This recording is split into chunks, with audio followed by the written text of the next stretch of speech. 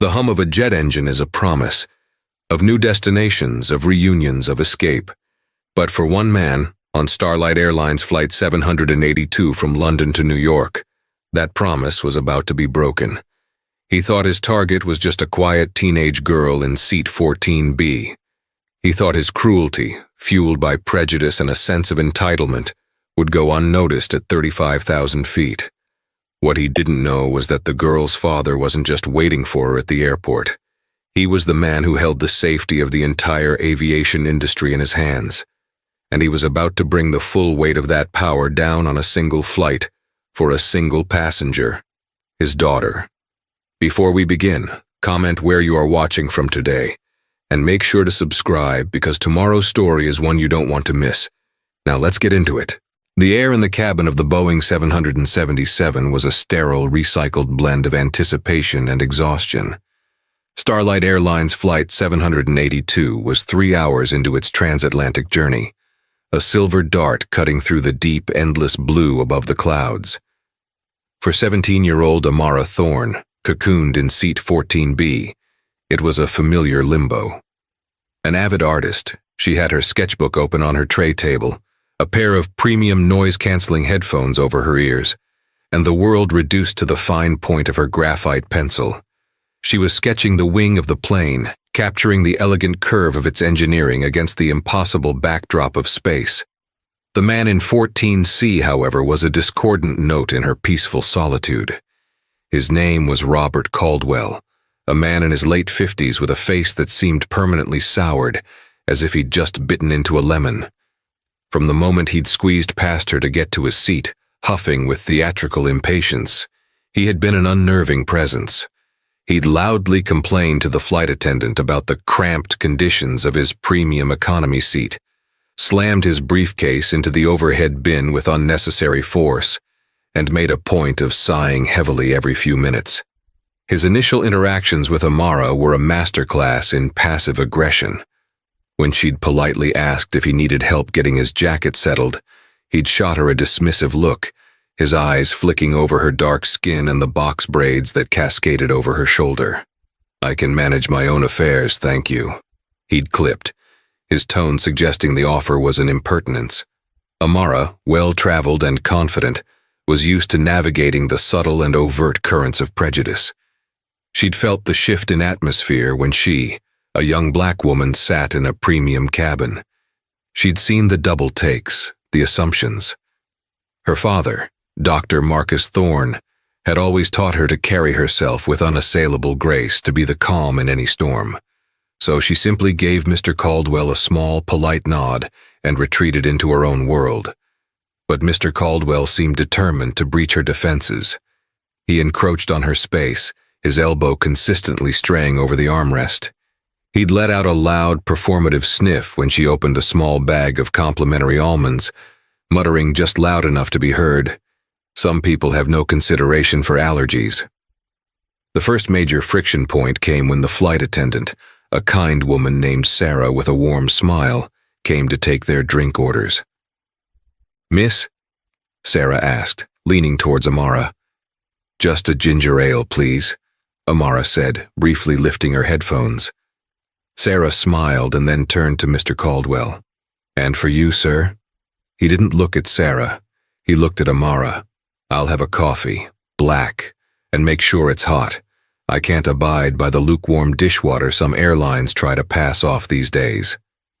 His gaze lingered on Amara for a second too long, a smug little smirk playing on his lips, as if he'd just delivered a clever line in a play only he was watching. Amara felt a familiar knot tighten in her stomach. It was the weariness of having to constantly decipher intent, to gauge whether an insult was imagined or real. But this felt pointed, deliberate. She put her headphones back on, turning up the volume on her lo-fi playlist, and focused on the intricate details of the jet engine in her sketch. It was a marvel of human ingenuity, a symbol of order and precision. It was everything the man beside her was not. An hour later, the cabin lights were dimmed to allow passengers to rest. A soft glow emanated from the personal entertainment screens. Amara, absorbed in her drawing, shifted slightly in her seat to get a better angle on the page. In doing so, her elbow gently brushed against Mr. Caldwell's arm. It was the barest of touches, a fleeting contact of fabric against fabric. His reaction was instantaneous and explosive. "Watch it," he hissed, yanking his arm away as if he'd been burned. His voice, though low, was sharp enough to cut through the cabin's hum. Amara flinched, pulling her headphones down. "I'm so sorry," she said, her voice genuine. "I didn't mean to—" "Of course you didn't," he sneered, his eyes narrowed into slits. "You people are all the same. No concept of personal space. Clumsy." The slur hung in the air, thick and vile. "You people." It was no longer subtle, it was a declaration. Amara's heart hammered against her ribs. The calmness her father had taught her felt a million miles away. "I said I was sorry," she repeated, her voice firmer this time, refusing to shrink under his glare. "It was an accident." "An accident that seems to happen a lot," he shot back, leaning into her space now, his voice a venomous whisper. "Pushing, shoving. Always have to make your presence known, don't you?" A few nearby passengers began to stir, sensing the ugly turn in the conversation. A man across the aisle lowered his newspaper, his brow furrowed with concern. The flight attendant, Sarah, who had been collecting trays a few rows up, noticed the tension and began walking towards them. Amara held his gaze, refusing to be the one to look away. "I think you're mistaken about who is making their presence known, sir." The challenge in her voice, quiet but clear, seemed to enrage him further. His face, already ruddy, deepened to a shade of crimson. He saw Sarah approaching out of the corner of his eye, and it was as if a switch flipped in his brain. He wanted to escalate, to assert his dominance before she could intervene. He looked down at the full cup of hot black coffee resting on his tray table. Then he looked at Amara's sketchbook, at the clean white page filled with her careful, precise lines. And with a sudden, vicious movement, he picked up the cup. The world seemed to slow down, contracting to the space of a single airplane seat. For a split second, Amara saw his intention reflected in the cold fury of his eyes. There was no hesitation, no flicker of doubt. There was only malicious resolve. He didn't just spill the coffee, he threw it. With a flick of his wrist, he sent the scalding black liquid arcing through the air. It wasn't aimed at her sketchbook or the floor, it was aimed at her. The coffee, still steaming from the pot, struck her on the thigh and hand. The pain was immediate and searing, a sharp electric shock that made her cry out. It was a pain that felt both hot and cold at once, a deep, burning ache that radiated through her skin. The dark liquid soaked through her jeans instantly, plastering the hot, wet fabric against her leg. A few errant drops splattered across her drawing, the intricate lines of the jet engine blurring into an ugly brown stain. "Oh my God!" a woman in the row behind gasped. Amara recoiled, scrambling to get away from the source of the pain. But there was nowhere to go. She was trapped between the burning on her leg and the man who had caused it. Tears of shock and agony sprang to her eyes. Mr. Caldwell set the empty cup back on his tray table with a clatter. He looked down at her, a twisted, triumphant smile on his face. "Now look what you made me do," he said, his voice dripping with false innocence. "So clumsy. You should be more careful." His words were a second assault, more insidious than the first. He was trying to frame it as her fault, to gaslight her in front of an entire cabin. But the act was too blatant, too vicious to be misinterpreted. The flight attendant, Sarah, broke into a run, her professional composure shattered by disbelief. "Sir!" she cried, arriving at the row. She saw Amara clutching her leg, her face pale with pain, and the dark stain spreading across her jeans. "What happened?" "The girl bumped my arm," Caldwell said smoothly, already constructing his lie. "Startled me. It was an accident." "That's a lie." The man across the aisle, a gentleman named Mr. Davies, interjected, his voice booming with indignation. "I saw the whole thing. He threw it at her. Deliberately." Sarah's training kicked in. Her first priority was Amara. "Miss, are you okay? Let me help you." She knelt in the aisle, her face a mask of concern.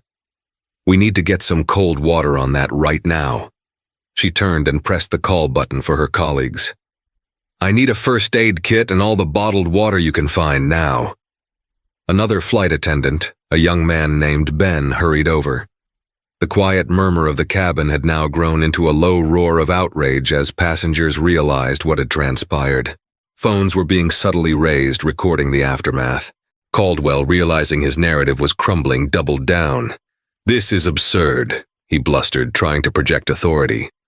"I am a platinum medallion member with this airline. This girl was harassing me, and now she's putting on a show to get some sort of compensation." Amara could barely process his words through the throbbing pain in her leg. The burn felt deep, and a wave of nausea washed over her. Sarah and Ben were gently trying to help her stand up to move her to the galley. "Let's get you to the back, honey," Sarah said softly. "We'll take care of you." As they helped her limp down the aisle, Amara looked back over her shoulder. She saw Mr. Caldwell sitting back in his seat, folding his arms with an air of aggrieved entitlement. He wasn't looking at her. He was staring straight ahead, a smirk of satisfaction still etched on his face. He believed he had won. He had put the uppity black girl in her place and was confident his status and his carefully constructed lies would protect him. He thought this was the end of the incident. But as Amara reached the relative sanctuary of the galley, the tears of pain began to mix with a cold, rising anger. She thought of her father. He wasn't just any dad. He had spent his entire life dedicated to rules, to safety, and to consequences. He believed that every action, especially in the tightly controlled environment of an airplane, had a reaction. Sarah was dousing cloths in cold water and gently pressing them to Amara's leg. "We've notified the captain," she said, trying to be reassuring. "We're taking this very, very seriously."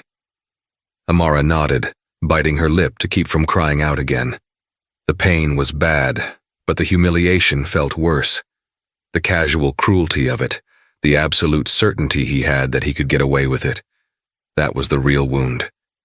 She took a deep, shuddering breath. Can I use the in-flight phone?" she asked, her voice trembling but resolute. "I need to make a call." Sarah looked surprised.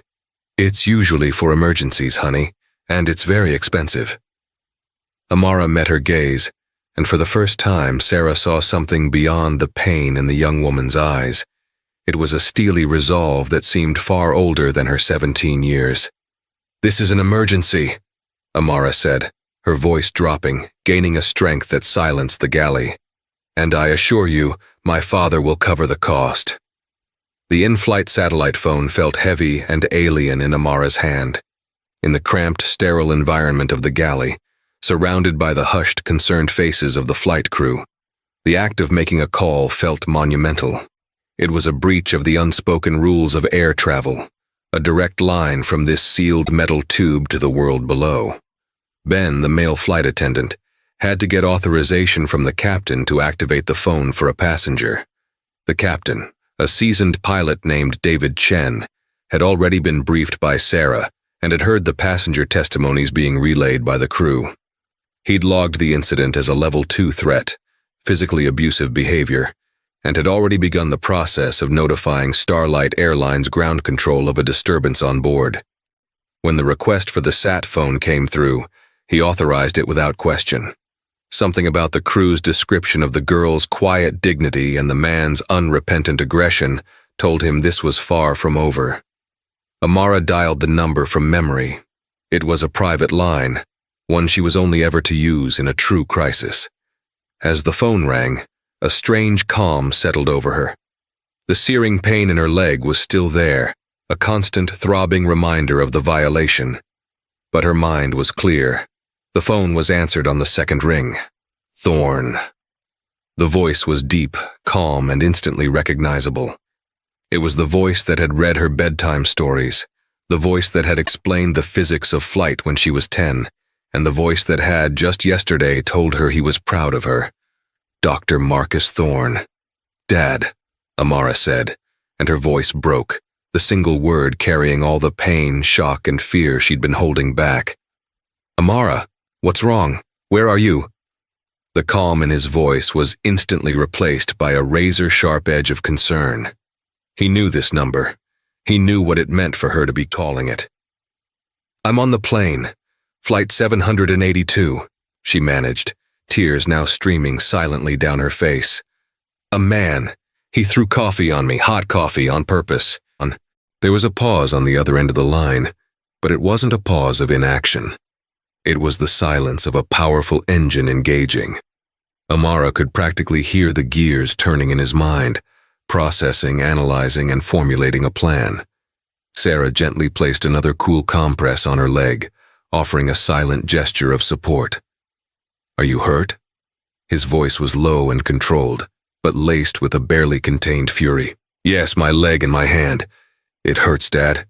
He said horrible things. He did it because I'm black." The words tumbled out, the ugly truth of it finally spoken aloud. Another pause, longer this time. When he spoke again, his voice was transformed. It was no longer just her father. It was the voice of Dr. Marcus Thorne, the Assistant Administrator for the Federal Aviation Administration, in charge of the Office of Aviation Safety. It was the voice that commanded the respect of airline CEOs, federal investigators, and air traffic controllers across the nation. "Amara, listen to me very carefully," he said, his tone precise and commanding. "What is the name of the man who did this?" I don't know his name. He's in seat 14C. He's older, white, in a gray suit." "Okay. The crew is with you?" "Yes, they're being really nice." "Good. Put the head flight attendant on the phone." Amara looked at Sarah, who was watching her with wide, compassionate eyes. "My father wants to speak with you," she whispered, handing the phone over. Sarah took the phone, her expression a mixture of confusion and deference. "Hello, this is Sarah Jennings, the purser on Flight 782. To whom am I speaking?" "Miss Jennings," the voice on the other end said, and even through the phone's tinny speaker, it carried an unmistakable weight of authority. "This is Dr. Marcus Thorne. I am the Assistant Administrator for Aviation Safety with the FAA. I am also the father of the young woman who was just assaulted on your aircraft." Sarah's eyes widened in stunned recognition. She knew that name. Everyone in the airline industry knew that name. It was like a police officer getting a call from the Attorney General. She stood up a little straighter. "Dr. Thorne, sir, I am so sorry for what has happened. We have the situation under control and are providing first aid to your daughter. The captain has been notified and we are following protocol." "I appreciate that, Miss Jennings," Marcus said, his voice cold as ice. "But we are now moving beyond standard protocol. You are currently in international airspace, but you will soon be entering U.S. airspace. When you do, your captain will be contacted by the New York Air Route Traffic Control Center with a specific set of instructions. He is to follow those instructions to the letter without deviation. Is that understood, sir?" Yes, understood. I will relay that to Captain Chen immediately. Secondly, I want the assailant identified. Check your passenger manifest for the man in seat 14C. I want his name." "Right away, sir." Ben was already scrambling for the tablet containing the flight manifest. "Third, under no circumstances is that man to be served any more alcohol. He is not to leave his seat unless escorted by a crew member. If he becomes verbally or physically aggressive in any way, you have my full authorization to use any and all necessary restraints. Your crew will be fully supported by my office. Do you understand?" The implication was clear. Dr. Thorne was giving them federal backing to handle the situation with zero tolerance. "Yes, sir, absolutely." Ben returned, showing Sarah the name on the tablet. "The passenger in 14C is Robert Caldwell," Sarah relayed into the phone. "Robert Caldwell," Dr. Thorne repeated slowly, the name seeming to solidify into a target. "Thank you, Miss Jennings. Please give the phone back to my daughter." Sarah handed the phone back to Amara. "Honey, your dad," she started, her voice full of awe. Amara put the phone back to her ear. "Dad? I'm here, sweetheart. Now you just listen to the crew. They're going to take care of you. I'm handling everything on the ground, everything. When you land, I'll be there. I love you. I love you too, Dad. The line went dead. Amara handed the phone back to Sarah. The atmosphere in the galley had shifted entirely. The flight attendants were no longer just dealing with an unruly passenger. They were now participants in a situation that had escalated to the highest levels of the aviation industry. Back in seat 14C, Robert Caldwell was feeling smug. He'd seen the girl being led away, crying.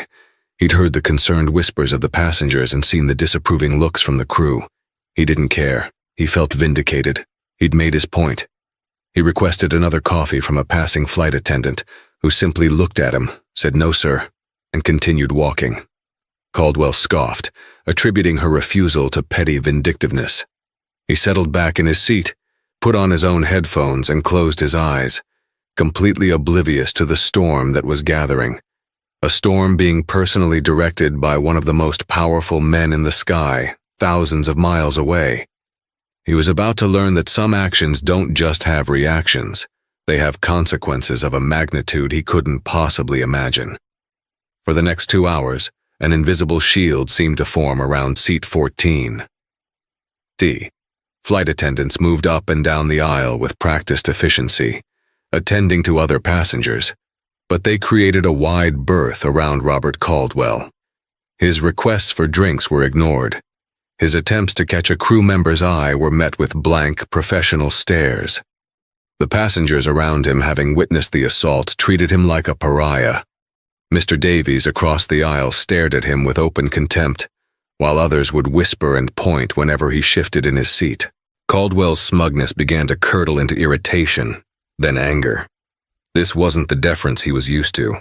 He was a senior partner at Sterling Strategy Group, a high-powered consulting firm in Washington, D.C. He advised congressmen, dined with lobbyists, and shaped corporate policy. People listened to him. People served him. This silent, collective shunning was an infuriating new experience. He chalked it up to an overzealous crew in a cabin full of bleeding hearts. It didn't matter. Once they landed, he would file a formal complaint that would have them all reprimanded.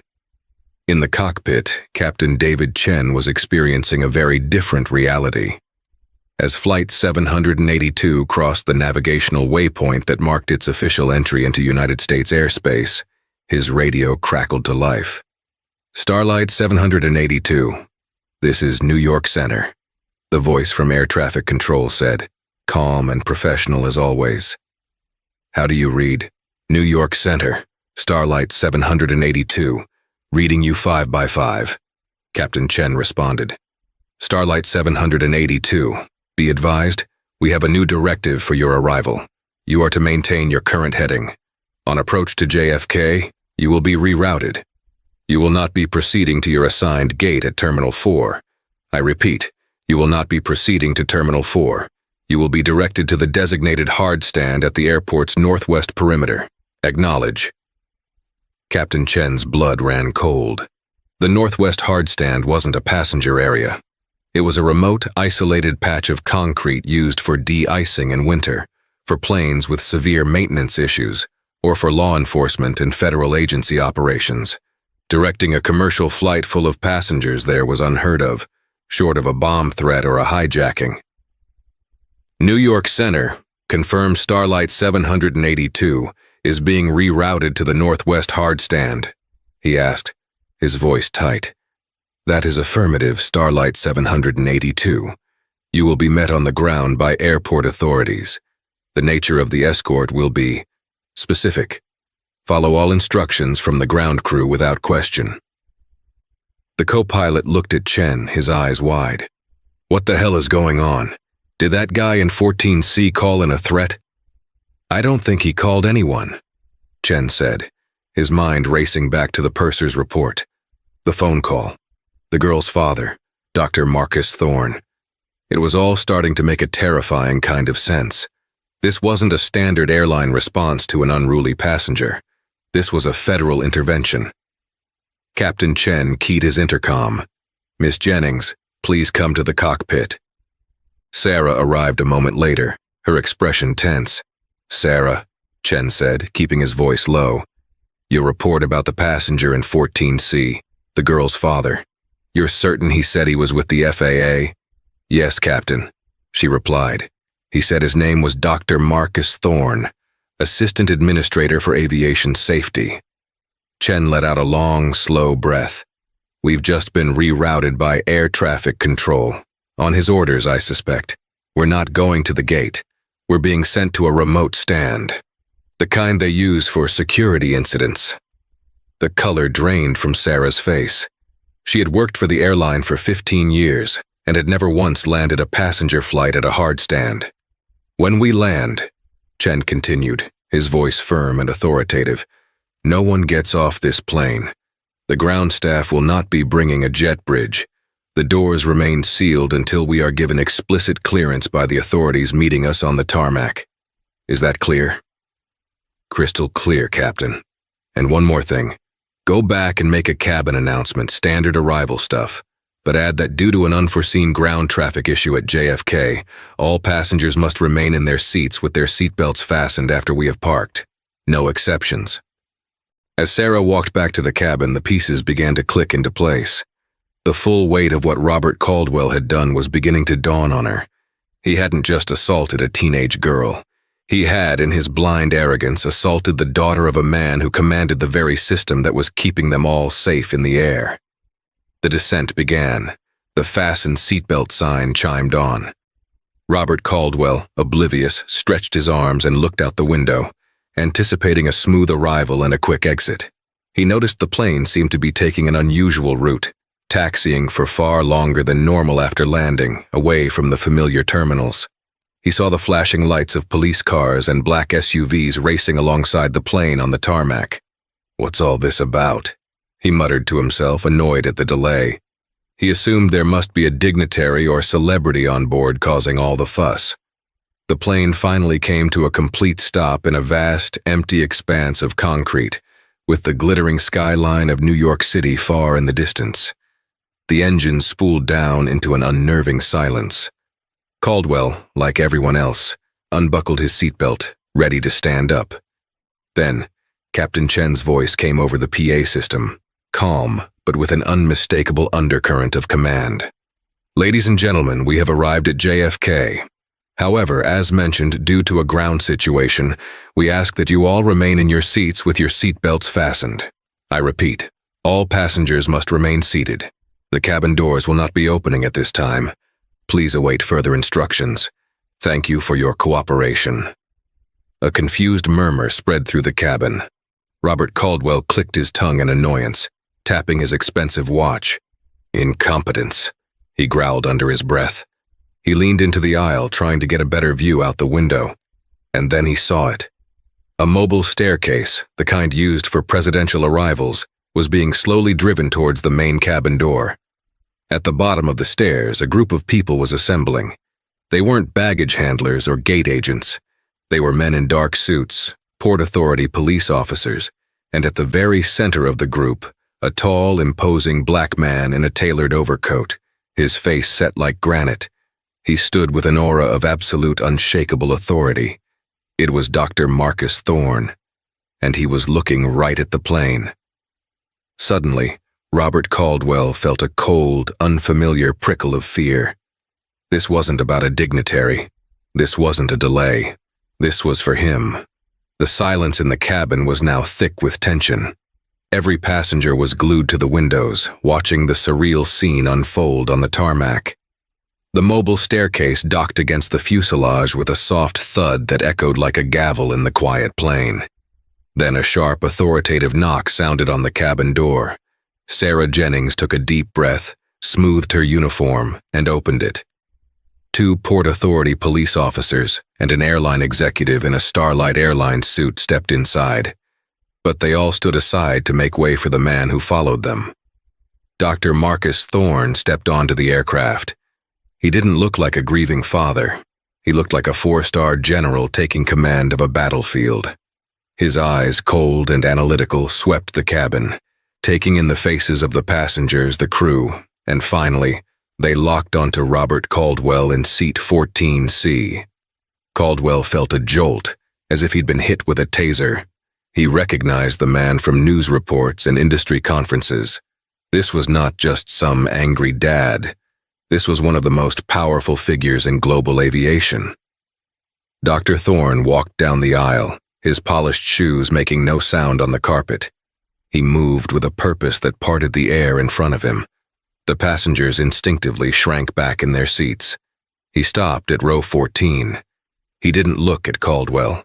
He looked at the empty seat beside him, 14B, where his daughter had been sitting. He saw the dark, ugly coffee stains on the seat and the floor. He then looked at Amara's sketchbook, which she had left behind, the beautiful drawing ruined.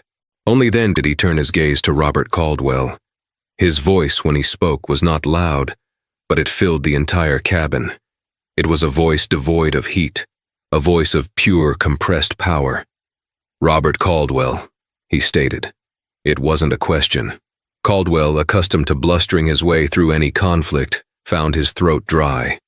He tried to project an air of indignant confusion. I'm sorry. Do I know you?" Dr. Thorne took another step closer, his presence seeming to suck the oxygen out of the air. "You assaulted a minor on this aircraft. My minor, my daughter." He let the words hang in the air for a moment. "Assaulting a passenger and creating a disturbance on an aircraft in flight is a federal offense, Mr. Caldwell. It falls under Title 49 of the U.S. Code. It carries a potential sentence of up to 20 years in prison." Caldwell's face went pale. This was spiraling out of his control with terrifying speed. "Now hold on," he stammered, trying to rally his usual arrogance. "It was an accident. The girl was clumsy, she bumped into me, and I spilled my coffee. It was a simple mistake, and frankly, this entire reaction is completely disproportionate." Dr. Thorne's expression didn't change. He simply tilted his head slightly. "Disproportionate? Let me tell you what I did in the last 2 hours, Mr. Caldwell. First, I had your name and seat number cross-referenced with your travel records. Robert Caldwell, senior partner at Sterling Strategy Group, frequent flyer. A man who, according to airline records, has lodged 6 prior complaints against flight crews in the last 2 years, 3 of which involved accusations against female flight attendants of color." Caldwell's mouth opened, but no words came out. "Then," Dr. Thorne continued, his voice dropping even lower, "I made a call to the Port Authority Police Department and the FBI's Joint Terrorism Task Force, which handles all security incidents at JFK. I informed them that there was a credible Level 2 assault on a minor in flight. I then used my authority to have this aircraft redirected to a secure location to ensure the immediate apprehension of the suspect without incident." He gestured vaguely towards the cockpit. "Your captain was following my direct orders, transmitted through FAA channels via air traffic control. Every single person on this flight has been inconvenienced because of you." He took one more step, and now he was looming over Caldwell. "And as for your accident story, I've already been briefed by the flight crew. I have the preliminary statements of 3 passengers who witnessed you verbally harassing my daughter before deliberately and maliciously throwing scalding coffee on her. One of them, a Mr. Davies in 15A, is a retired attorney who is more than happy to testify under oath about your unprovoked aggression and the racial slurs you used." The name, Mr. Davies, hit Caldwell like a physical blow. He glanced across the aisle and saw the older man looking back at him, his face a mask of grim satisfaction. He had been so sure no one would dare to contradict him. This is insane," Caldwell sputtered, his voice now a desperate squeak. "You can't do this. I have rights. I'll sue you. I'll sue the airline." Dr. Thorne almost smiled. It was a chilling sight. "You can certainly try, Mr. Caldwell, but you'll be doing it from a federal detention center. You see, the FAA takes safety and security above 30,000 feet very, very seriously. When a passenger decides to physically assault another passenger, they are no longer just a rude individual. They become a threat to the stability and order of the entire flight, and we deal with threats swiftly and decisively." He turned to the 2 Port Authority officers who had been standing silently at the end of the aisle. "Officers, this is the man. He is to be taken into custody." The officers moved forward. "Mr. Caldwell," one said, his voice firm, "please stand up and place your hands behind your back." Reality finally crashed down on Robert Caldwell with the force of a physical impact. The tailored suit, the platinum status, the powerful job, none of it mattered. In the sealed cabin of this airplane, under the icy gaze of Marcus Thorne, he was just a criminal. As the officers cuffed him, the passengers who had been watching in stunned silence began to applaud. It started with one or two people, then spread through the cabin like a wave. It was a spontaneous, unified release of tension and an expression of gratitude. They were applauding not just the arrest, but the sight of justice being delivered so swiftly and completely. Caldwell's face, which had been pale with fear, now burned with a deep, furious red of humiliation. He was frog-marched down the aisle, past the rows of people he had considered beneath him, his head bowed in shame. As he passed Dr. Thorne, he shot him a look of pure hatred. "You'll pay for this, Thorne," he hissed. Dr. Thorne didn't flinch. He simply looked at the pathetic, defeated man in front of him and delivered his final, devastating assessment. "No, Mr. Caldwell," he said, his voice calm and clear. "You already have. You just don't know the full price yet." He then turned and walked towards the galley where his daughter was waiting. The authority figure vanished, and in his place was just a father, his face finally softening with love and concern as he went to see his child. The initial price for Robert Caldwell was immediate and public. Being led off a plane in handcuffs in front of over 200 passengers, each with a smartphone, was a humiliation from which his ego would never recover. Videos of his perp walk down the aisle, set to a soundtrack of applause, were online before the plane had even been towed to its actual gate. The hashtags #CoffeeCaldwell and #StarlightAssault were trending on Twitter within the hour. But that was just the overture. The real symphony of his unraveling was being conducted by Dr. Marcus Thorne, a man who understood that true consequences were not loud and explosive, but quiet, systematic, and absolute. Caldwell spent the first 48 hours in a federal holding facility near the airport. He was arrogant and belligerent at first, demanding his lawyer, dropping the names of senators he knew, and threatening lawsuits.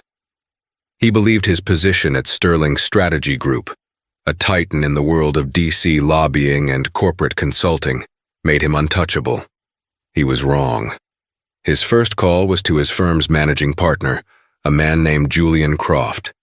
He expected sympathy and the immediate deployment of a team of high-priced lawyers. What he got was a glacial wall of corporate detachment. "Robert," Julian's voice was strained, "we've seen the videos. The board has been in an emergency session all morning." "It's a misunderstanding, Julian," Caldwell insisted. "A complete fabrication by a girl looking for a payout and an overzealous father. Her father is Dr. Marcus Thorne, the head of the FAA's Office of Aviation Safety," Julian said flatly. "And the payout she's looking for appears to be federal assault charges. Robert, do you have any idea who you picked a fight with?" "He's using his position to railroad me." "No, Robert," Julian corrected, his voice losing all warmth. "He's using his position to enforce the law you broke. There's a difference. We have a reputation to protect. Our clients include 3 major airlines and several aerospace manufacturing companies. We have multi-million-dollar contracts that depend on our relationship with the FAA. Having a senior partner charged with assaulting the daughter of the FAA's safety chief on a commercial flight is not ideal." The word ideal was a dagger. In their world, it meant catastrophic. "So, what are you saying?" Caldwell asked, a knot of dread tightening in his stomach. "I'm saying that the board has voted unanimously to place you on indefinite unpaid leave, pending the outcome of the investigation. We are invoking the morals clause in your partnership agreement, and our legal team. They can't represent you in a criminal matter of this nature. It's a conflict of interest. You'll need to find your own counsel." The line went dead. The first pillar of Caldwell's world had crumbled. The next to fall was his professional standing. Dr. Thorne didn't need to make threats or pull strings. He simply let the system he oversaw work as it was designed to. The FAA, citing the severity of the in-flight assault, immediately placed Robert Caldwell on the federal no-fly list. It was a permanent designation. For a man whose career depended on international travel, it was a corporate death sentence.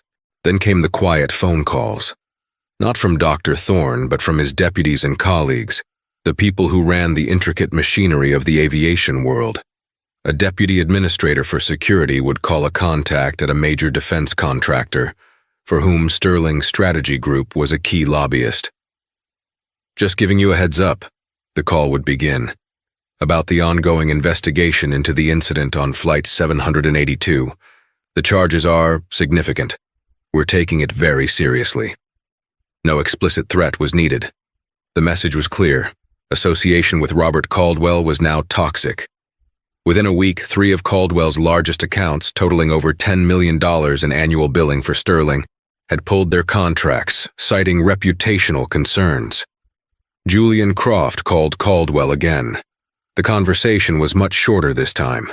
His partnership was being terminated. He was to have his personal effects cleared from his office by the end of the day. The social fallout was just as brutal. Caldwell lived in Potomac, Maryland, a world of country clubs, charity galas, and political fundraisers. News of his violent, racist outbursts spread like wildfire. Invitations to upcoming events were rescinded. Friends stopped returning his calls. His wife, mortified by the public scandal and the whispers at the club, packed a bag and went to stay with her sister in Palm Beach, leaving him alone in their cavernous, silent mansion. His life, once a monument to power and influence, was being dismantled brick by brick. He was a pariah in the industry he once dominated, and a disgrace in the social circles he had so carefully cultivated. He tried to fight back, hiring a cut-rate PR firm to float a story about him being the victim of a woke mob and a powerful government official's vendetta. But the evidence was too overwhelming. The videos were too clear. The passenger testimonies, especially that of the retired attorney Mr. Davies, were unimpeachable. The narrative wouldn't stick. The final crushing blow came from the justice system. Facing incontrovertible evidence and intense public scrutiny, the U.S. Attorney's Office offered him a choice: go to trial and face the maximum sentence of 20 years, or plead guilty to a lesser charge of assault resulting in bodily injury, which carried a mandatory sentence. His expensive, privately retained lawyer laid it out for him. "They have you, Robert. They have you on video, they have a dozen witnesses, and they have the Thorne family, who will be the most sympathetic victims a jury has ever seen. You have no defense." Trapped and defeated, Robert Caldwell, the man who believed he was above consequences, was forced to accept the plea. The hard karma had hit. It hadn't been a single dramatic lightning strike, but a slow, grinding, and complete demolition of a life built on a foundation of arrogance and hate. He had poured a cup of coffee and, in return, had his entire world washed away in the flood. The morning of the sentencing dawned cold and gray over Manhattan, the sky the color of slate. From their suite on the 40th floor of a hotel overlooking Central Park, the city below seemed muted, a sprawling diorama of a world holding its breath. Amara Thorne stood by the vast window, tracing the condensation with her fingertip. She wasn't looking at the view. Her gaze was turned inward, replaying the events of the past few months, the journey from a terrified girl in an airplane galley to the young woman she was today. Her father, Dr. Marcus Thorne, entered the room, carrying 2 cups of tea. He didn't say anything, simply handed one to her and stood beside her, his presence a silent, unshakable pillar of support. He had been her anchor through the depositions, the legal meetings, and the relentless media attention. He had handled the storm with his characteristic calm, but she had seen the flicker of raw paternal fury in his eyes during the hardest moments, a fire he kept carefully banked beneath a surface of professional control. "Are you ready for this?" he asked softly, his voice a low rumble that was more felt than heard. Amara took a sip of the hot tea, letting it fortify her. She turned from the window, her eyes clear and resolute. "I am," she said. The quiver that had been in her voice for weeks was gone. "He needs to see that he didn't break me." "He never could," Marcus said, the statement a simple, undeniable fact. "What you're doing today, choosing to speak, that takes a courage most people will never know. I've never been prouder of you." Amara nodded, a lump forming in her throat. She unfolded a piece of paper from her pocket. It was her victim impact statement. She had written and rewritten it a dozen times, pouring onto the page all the pain, humiliation, and ultimately the strength she had found. "I need to read this myself," she said, more to herself than to him. The prosecutor offered, "But I need to be the one." "I know," he said, placing a hand on her shoulder. "Face him, speak your truth. The rest will take care of itself." Their arrival at the Daniel Patrick Moynihan United States Courthouse was a controlled chaos. A phalanx of reporters and photographers swarmed their black car the moment it pulled up to the curb, a cacophony of shouted questions and flashing camera bulbs. "Amara, how are you feeling?" "Dr. Thorne, is it true you used your influence? What kind of sentence are you hoping for?" Dr. Thorne guided Amara through the throng, his large frame a shield against the intrusive lenses and microphones. He didn't scowl or push. He simply moved with an implacable purpose that seemed to part the crowd. Amara kept her head high, her eyes fixed on the courthouse steps, refusing to let them see her as a mere victim to be gawked at. She was a participant in her own justice. The courtroom itself was an imposing chamber of dark wood and solemn tradition. The air was heavy with anticipation. Amara and her father took their seats in the front row, directly behind the prosecution table. A few rows back, she could see the familiar, kind faces of Sarah Jennings, the purser from Flight 782, and the retired attorney, Mr. Davies. They had both come to bear witness, offering their silent support. Then, he was let in. Robert Caldwell entered from a side door, flanked by his lawyer. The change in him was staggering. The arrogant, ruddy-faced man from the plane was gone. In his place was a gaunt gray figure. His expensive suit, once a symbol of his power, now seemed to mock him, hanging loosely on his diminished frame. His eyes were sunken, darting around the room before fixing on the polished surface of the defense table. He looked haunted, a ghost of his former self, already serving a life sentence of humiliation. When the proceedings began and it came time for his plea, his voice was a dry, cracking whisper. Guilty. The word, so small, seemed to cost him everything. Before the judge pronounced sentence, the prosecutor announced, "Your Honor, the victim, Miss Amara Thorne, wishes to read her own impact statement to the court." Judge Ann Connolly, a formidable woman with sharp, intelligent eyes, nodded gravely. "Miss Thorne, you may approach the lectern." A hush fell over the courtroom. Amara walked forward, each step steady and deliberate. She placed her paper on the lectern, but she barely looked at it. She looked directly at the man who had assaulted her.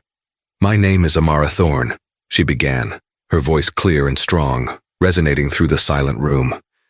6 months ago, I was just a girl on a plane drawing in my sketchbook.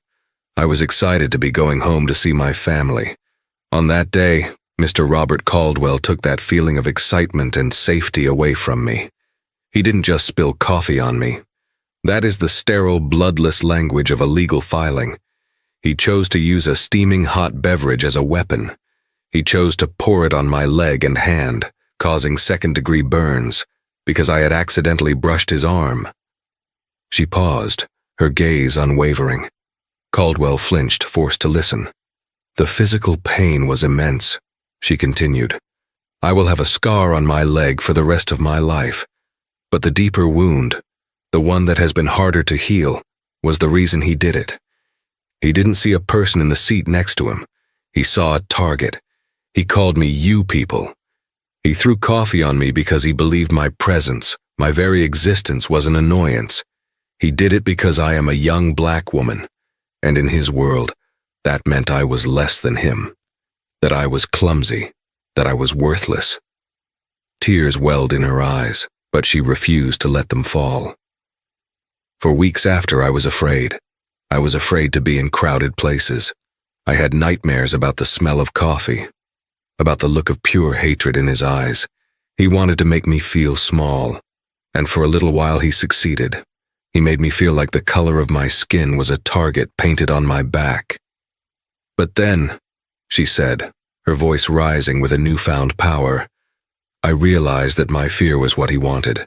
My silence was his victory, and I will not give him that. My skin is not a target, it is a gift. My presence is not an annoyance, it is my right. And my voice is not something to be silenced, it is something to be heard. She looked away from Caldwell then, turning her attention to the judge. I am not here today asking for vengeance, Your Honor. I am here asking for justice, and for a message to be sent. A message that says that racism, violence, and hatred have no place in our society. Not in our neighborhoods, not in our workplaces, and certainly not in a shared space like an airplane, where we are all bound together, reliant on mutual respect for our collective safety. Mr. Caldwell didn't just attack me, he attacked the very idea of a civil society. And for that, he must be held accountable. She finished, her body trembling slightly with adrenaline. As she walked back to her seat, her father squeezed her hand, his eyes shining with unspeakable pride. The entire courtroom was still, moved by the simple, powerful eloquence of her truth. Judge Connolly took a long moment before she spoke, her gaze fixed on the defendant. Mr. Caldwell, please rise. Caldwell rose unsteadily to his feet. I have listened to the statement of Miss Thorne, the judge said, her voice sharp as steel. I have read the reports, the witness testimonies, and the letters submitted on your behalf speaking of your past accomplishments. There seems to be a disconnect. The man described in those letters, a community leader, a philanthropist, a captain of industry, bears no resemblance to the man who committed the vile act of cruelty aboard Flight 782. Your lawyers argue that this was a momentary lapse in judgment, an aberration brought on by stress. I do not believe that. An act of such specific targeted malice does not spring from nowhere. It grows from a seed of prejudice that has been watered and nurtured in the dark for years. You simply felt, in that moment, powerful enough and safe enough to let it into the light. She picked up a document. You were a man of immense privilege and influence. You traveled the world in comfort and commanded respect in the halls of power. On April 16th, you chose to use that power not to lead or to inspire, but to torment and injure a 17-year-old girl. You did not merely spill coffee, Mr. Caldwell. You spilled poison, the poison of hatred and intolerance. You did so in a pressurized metal tube at 35,000 feet, a place where civility and mutual respect are paramount to the safety and security of everyone on board. Your actions constituted a profound betrayal of those principles. The judge leaned forward, her eyes boring into him. The consequences of your actions have been swift and severe, and many would say that is justice enough, she continued. You have lost your career, your reputation, and your place in society. But the court's duty is not just to acknowledge consequences, but to impose them. The message must be sent that such behavior will not be tolerated, not in our skies, and not in our country. Therefore, pursuant to your plea agreement, this court sentences you to 18 months in a federal correctional facility. Following your release, you will serve 3 years of supervised probation, during which you will be required to complete 500 hours of community service and attend mandatory anger management and racial sensitivity counseling. A restitution hearing will be scheduled to cover Miss Thorne's medical expenses and therapeutic costs. The sentence landed with a physical weight. Caldwell staggered as if struck. 18 months. It was real.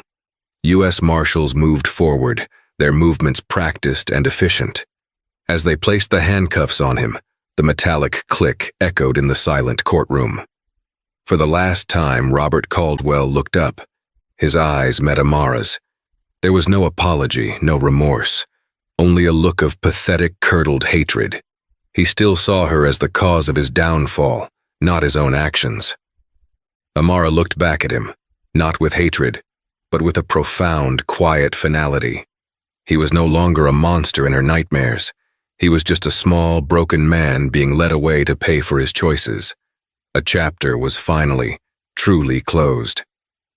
On the courthouse steps, the media frenzy erupted anew. Dr. Thorne stepped to the microphones, holding up a hand for quiet. A reporter shouted, "Dr. Thorne, your critics say you used your power to unfairly target Mr. Caldwell." Marcus Thorne looked out at the sea of faces, his expression calm and unyielding. "My position gave me a platform to ensure the established protocols were followed, but it did not dictate the outcome," he said, his voice carrying with effortless authority. "Justice was served today because of a system of good people. It was served because of the courage of passengers like Mr. Davies, who refused to be silent bystanders. It was served because of the professionalism of a flight crew, Sarah Jennings, Ben Carter, and Captain Chen, who prioritized the safety of their passenger above all else. It was served by a prosecutor who believed in the case and a judge who upheld the law. My only role in this was the one that has always mattered most to me, being a father to my daughter." Another reporter turned to Amara. "Amara, after all this, what message do you have for other young people who might face something like this?" Amara stepped forward, her voice steady. "My message is simple," she said, speaking not to the cameras, but to the countless people who might be watching.